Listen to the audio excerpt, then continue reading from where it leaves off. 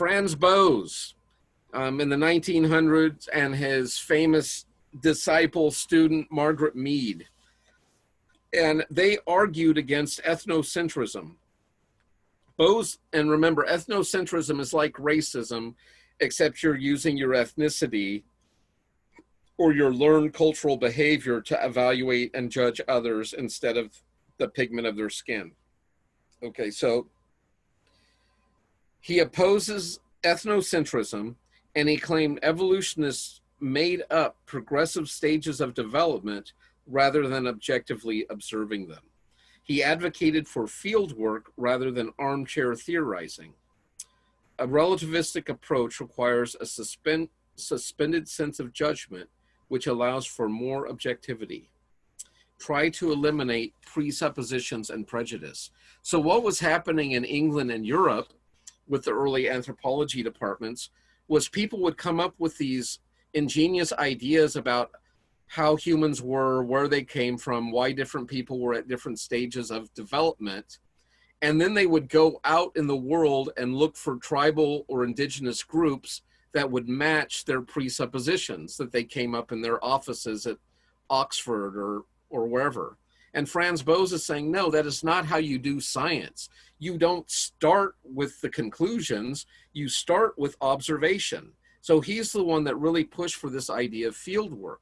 First, you have to go out and study different people groups, live with them, learn their language, learn their beliefs, eat their food, do their dances, participate in their customs, then come back to your office and come up with theories of why they behave the way they do.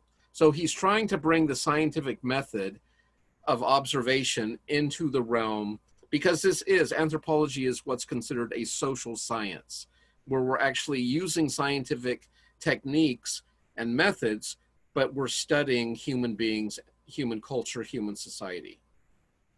Questions on that? Part of why Margaret Mead, his student, was so famous was she was one of the first people to go out and do field work.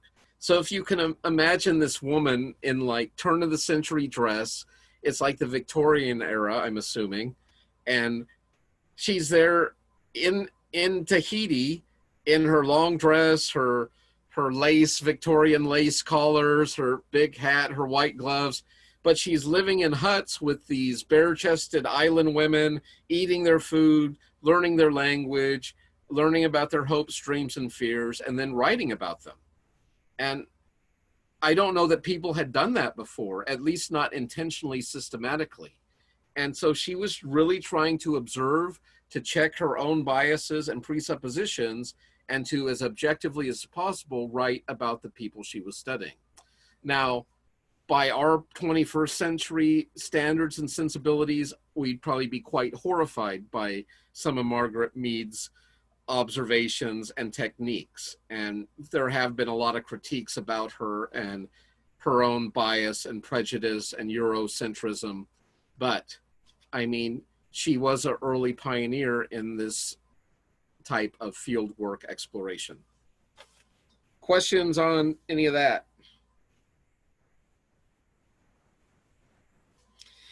Both Franz Boas and Margaret Mead strongly argued against biological determinism, and they embraced this idea of cultural relativism. And we mentioned that, I think, 2-3 classes ago. Remember, cultural relativism is descriptive. It's simply observing different cultures and how they behave differently in different times and different places.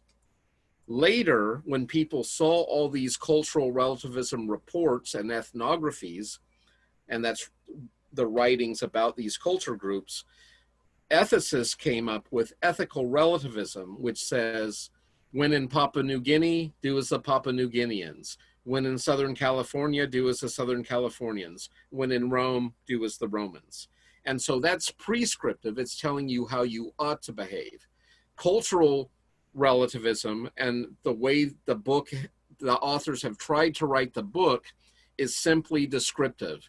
They're not going to tell you, oh, this is a high culture, this is a low culture, these people are advanced, these people are primitive.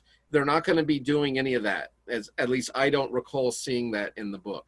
what they're going to do is just describe different people groups and the way they are and leave it at that. They're not going to say that's good or bad, and they're just going to tell you how it is and leave the value judgments to the readers. Does that make sense?